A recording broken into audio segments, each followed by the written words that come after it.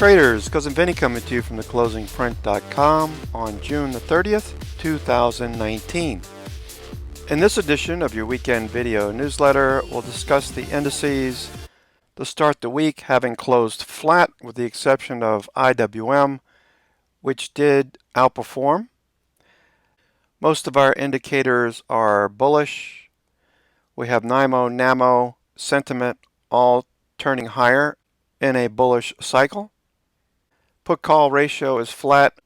VIX continues to drop below its 50-day moving average, closing on a gravestone doji on Friday, leading us to believe that volatility will continue to taper off into the month of July. The dollar is lower, gold is higher, and we have most of the heat map turning green last week. Sectors improving with strength in materials, energy, technology, and semiconductors, among others. International markets are improving as well. We'll look at some IBD 50 names showing relative strength, in addition to Market Smith Growth 250 and the relative strength Blue Dot Scan candidates, in addition to some stocks that we traded last week. Bukowski showing 505 green with his CPI signal green since the end of June at 65% and bullish, with 4 bearish patterns, 68 bullish patterns, and 290 patterns waiting for a breakout. Bottom line, news-driven market.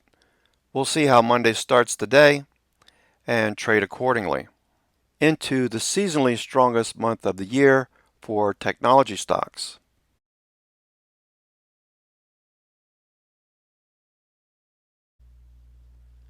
SPY Weekly has an expected move of $5.26. Gives us a target overhead of 298.26 maximum, or a target of 287.74. We did finish the week above 50 on RSI, and buyers did step up at the end of the day with more of a bullish feel to the index at the present time, with MACD above its signal line and volume below average last week. Renko chart continues to build white bricks, so the bias is mostly bullish longer term, with the cycle turning upward, telling us that we could see further upside depending on how the news is perceived after futures open tonight at 6 p.m. Eastern. SPY's 60-minute finished fairly strong. We did have RSI above 50 and rising to end the week, along with tick cumulative pointing to a potential bullish case for Monday and Tuesday if this continues. Here is the NASDAQ. Seasonally the strongest month of the year, July for tech. Could see follow through as buyers did step up at the end of the week here as well. RSI is above 50. Volume for the most part matched the previous week, and MACD is trying to move back above its signal line. So we would like to see the NASDAQ move above this 76.75 zone and tick cumulative continue to move higher. The same resistance level we saw on the Qs last week. We were looking for a move above 187.50 to signal a follow-through. That didn't happen last week. Maybe with the news playing out positive, we can see a move higher in technology as tick cumulative continues to point higher. The standout performer last week were the small caps, as we pointed out during the live sessions, continued to push higher. We have an overhead target of 158.90 for the small caps. If we continue to rally, the index was up 1% for the week, whereas the S&P 500 and the NASDAQ were both flat to slightly lower.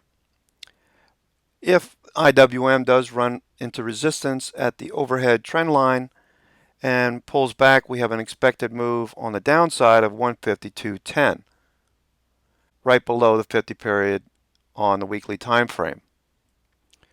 While it isn't obvious, if we look at the volume, it appears that institutions have been picking up shares as IWM reflects MACD about to cross and move higher. Price action and volume suggest that we could test this trend line this week and break through to the upside. So the risk reward here is pretty strong. If IWM does move higher, that could potentially be a risk on signal to start the month of July. IWM is above the 200 period moving average, in addition to moving back above its 20 period moving average, with RSI rising, volume increasing, and ADX pointed to a strong trend developing over the last 3 to 4 weeks. Cycles and breadth are also bullish. You can see the moving average carrying over, pushing through the zero line for the New York Stock Exchange and the NASDAQ, with IWM suggesting risk on to start the month of July, as cycles and tech also continue to push into the seasonally strongest month of the year.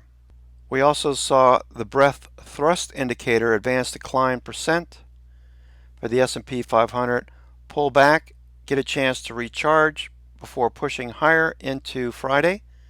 The mid caps did the same.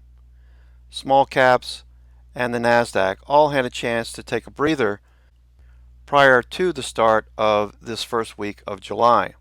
The inverse VIX signal indicator is also bullish to start the week on the 60-minute time frame, while VIX daily closed below its 50-day moving average, showing signs that volatility is fading into the summer months, with a strong showing in the number of stocks making new highs versus new lows to end the month, with the New York Stock Exchange advanced decline closing near all-time highs, suggesting NYSE, the S&P 500, the NASDAQ, and IWM should continue to move higher to celebrate the 4th of July.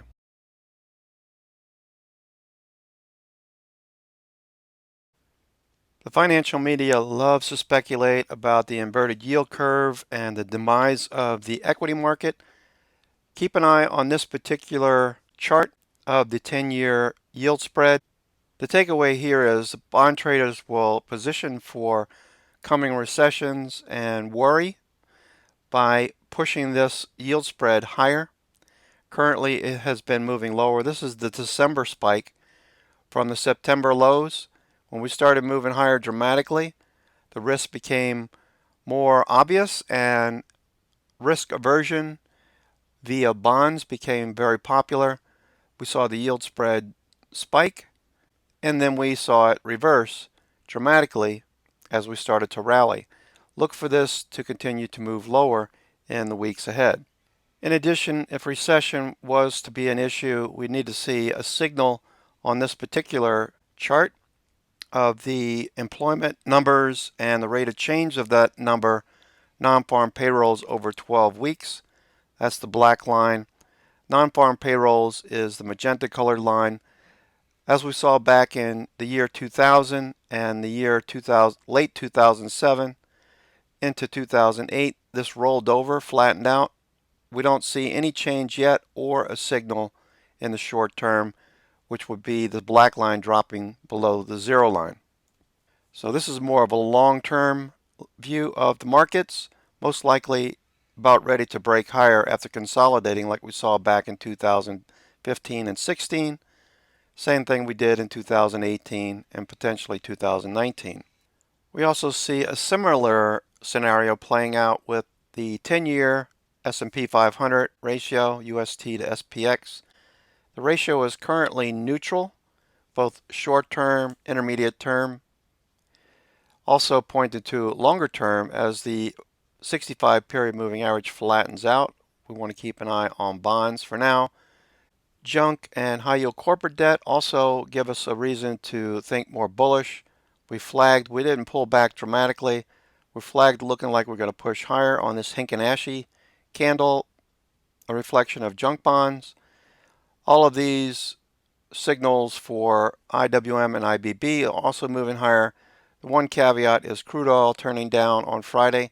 I'd like to see crude oil move back northerly direction along with NYAD, which closed at all-time highs. The one caveat that I see is that investment grade corporate bonds continue to produce a parabolic move.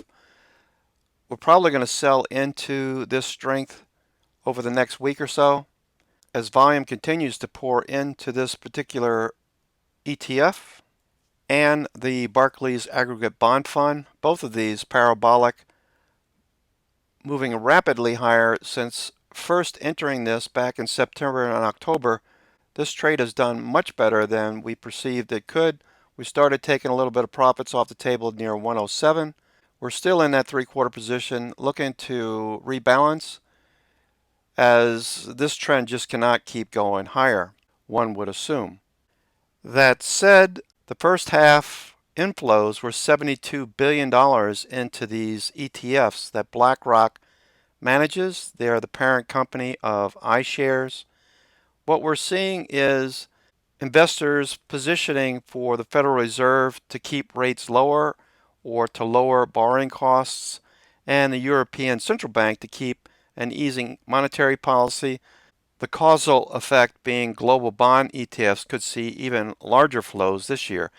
So while we might not get completely out of LQD, AGG, or TLT, we will be rebalancing a little bit as these funds continue to go parabolic. As bonds continue their upward trajectory, the US dollar continues to print lower highs and lower lows, as there seems to be less concern in the safety trade going into the second half of the year. The US dollar is building a bear flag below all of its moving averages, the 20, the 50, and the 200-day, the magenta colored line, just above price action. Any bounce would probably get rejected now between these two moving averages. RSI is near oversold.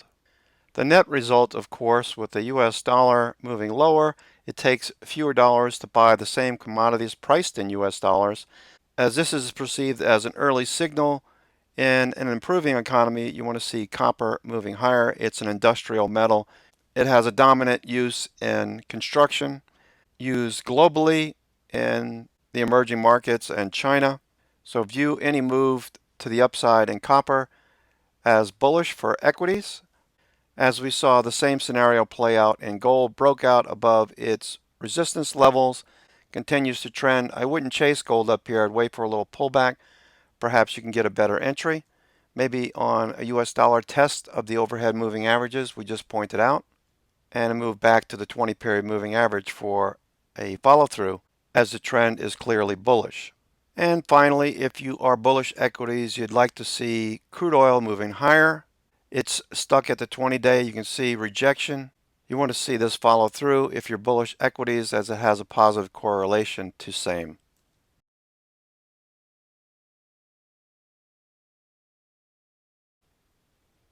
The heat map is showing more lime greens and greens outperformance in the materials group, metals and mining, semiconductors, technology, and energy.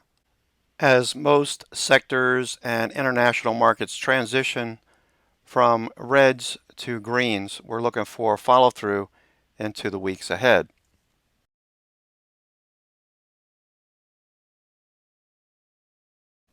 Here are the IBD 50 stocks for the week. Particularly interested on how these follow through. If the news is perceived as good, institutions will be picking up shares. We could see a lot of gap ups tomorrow. I do want to trade stocks that are close to the 20-day and not too far extended. Adobe, as an example, does look good. It's close to the 20-day, pulling away from it, not too extended. Maybe this continues to move higher. There's always a chance it could back down to the 20-day. That's my only concern. RSI is rising, and we have ADX improving, ADX green above ADX red. Air Lease new on the IBD 50. While it does look very bullish, I don't want to chase it too far away from the 20-day. I prefer pullbacks to the 20-day that get bought the next day and then follow through. RSI is above 50, so most likely this will move higher. It's just the odds that favor more of an entry on a pullback for me for an initial entry. Arista Networks looks pretty strong, close to the 20-day. Looks like the trend is changing. It reminds me of NVIDIA before it went off to push dramatically higher. In the sector that we're focused on for a repeat, the seasonally strongest month of the year for technology. Arista Networks in that group. As you can see with NVIDIA, very similar look to it. Push through the 20-day, rising.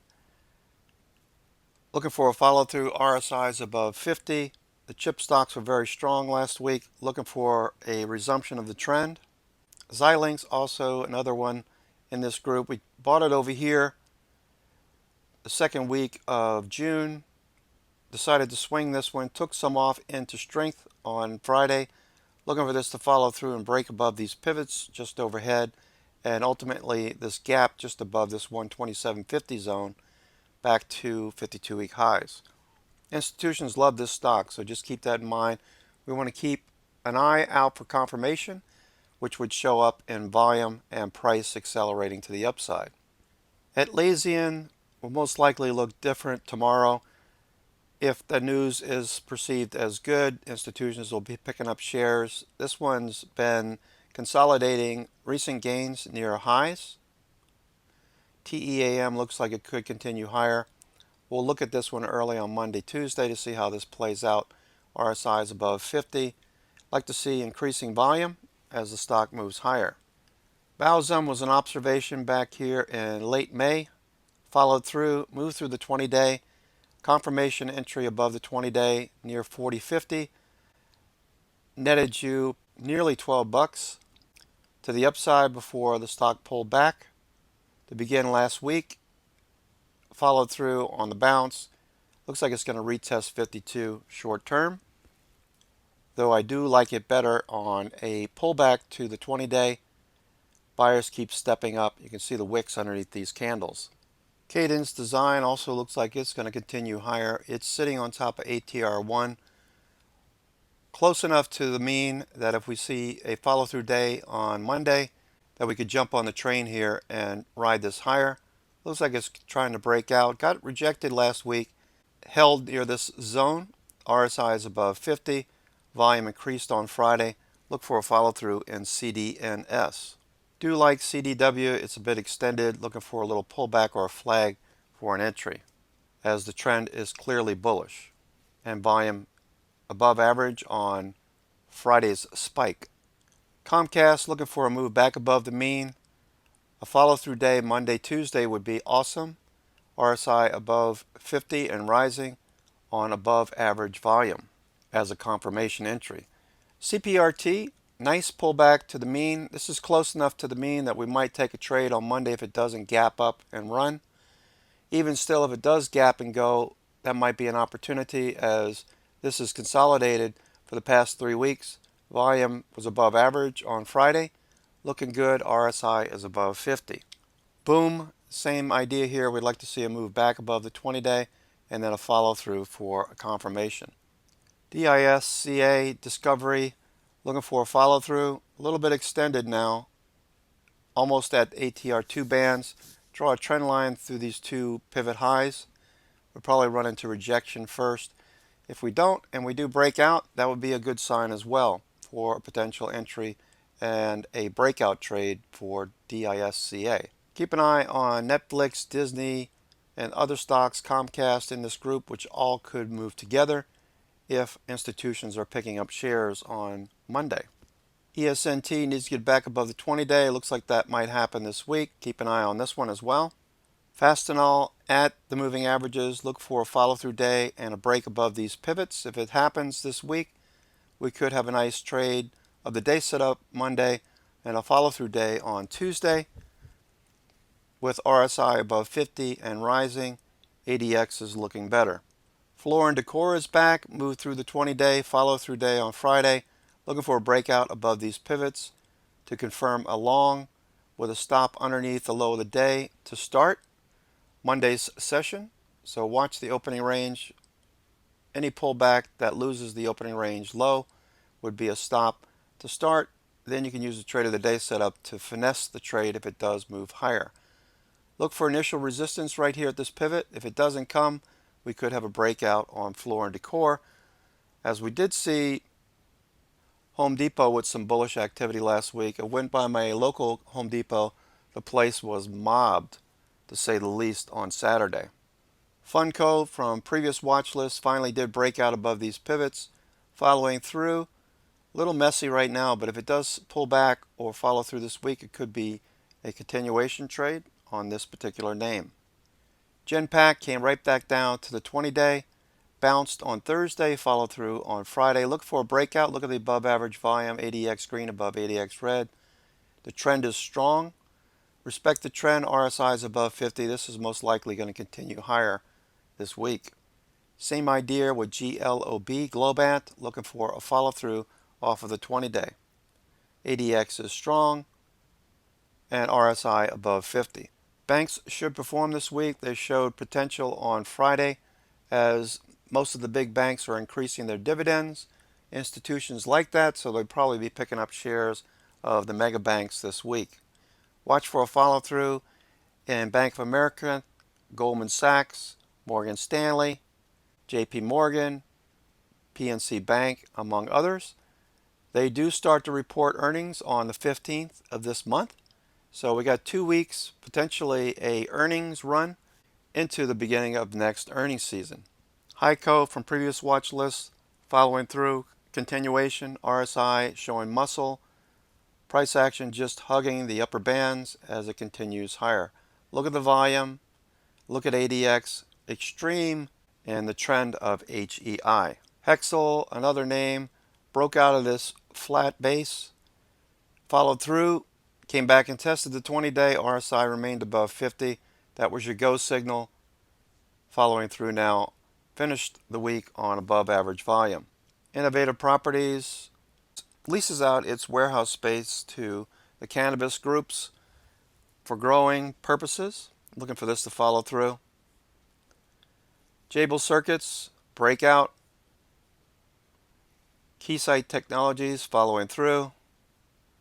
Kirkland Lake Gold, if gold continues to move higher, if it manages to bounce out of the flag, Kirkland Lake Gold will most likely follow through and break out of this flag as well. Lululemon, pushing off of the 20-day, looking for a follow through. Middleby Corp, pushing through the 20-day, RSI above 50. This will most likely break out this week. Look for initial resistance right around 137. Monster Beverages, looks like this is going to follow through as well. EDU from previous watch list, looking for a breakout of this little shallow cup basing pattern, especially if all of the Chinese stocks continue last week's strength and the news is perceived as good this week. Page Segura, Digital, PAGS, following through. This was a previous candidate, continues to rock and move higher. Paycom Software at the 20-day, looks like a follow-through underway.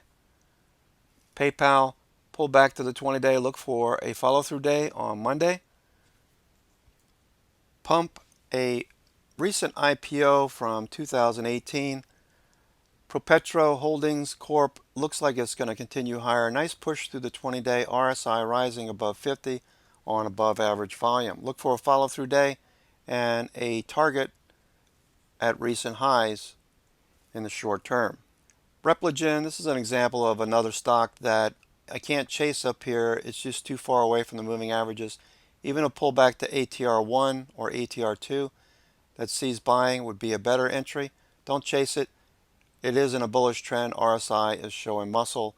ADX continues to rise, showing that the trend is only strengthening, not weakening. Moved higher on above average volume on Friday.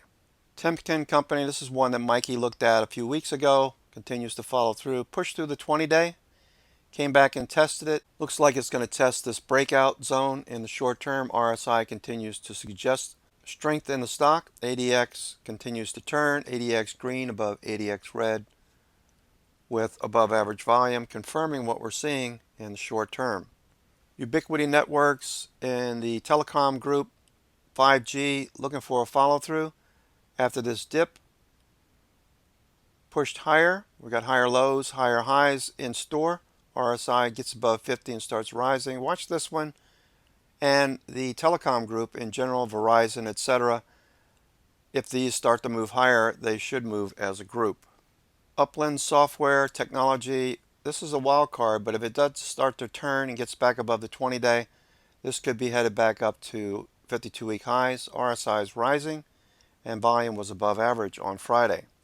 Viva Systems, a favorite, looking for a follow-through, gave us a nice pullback for an entry. RSI is remaining above 50.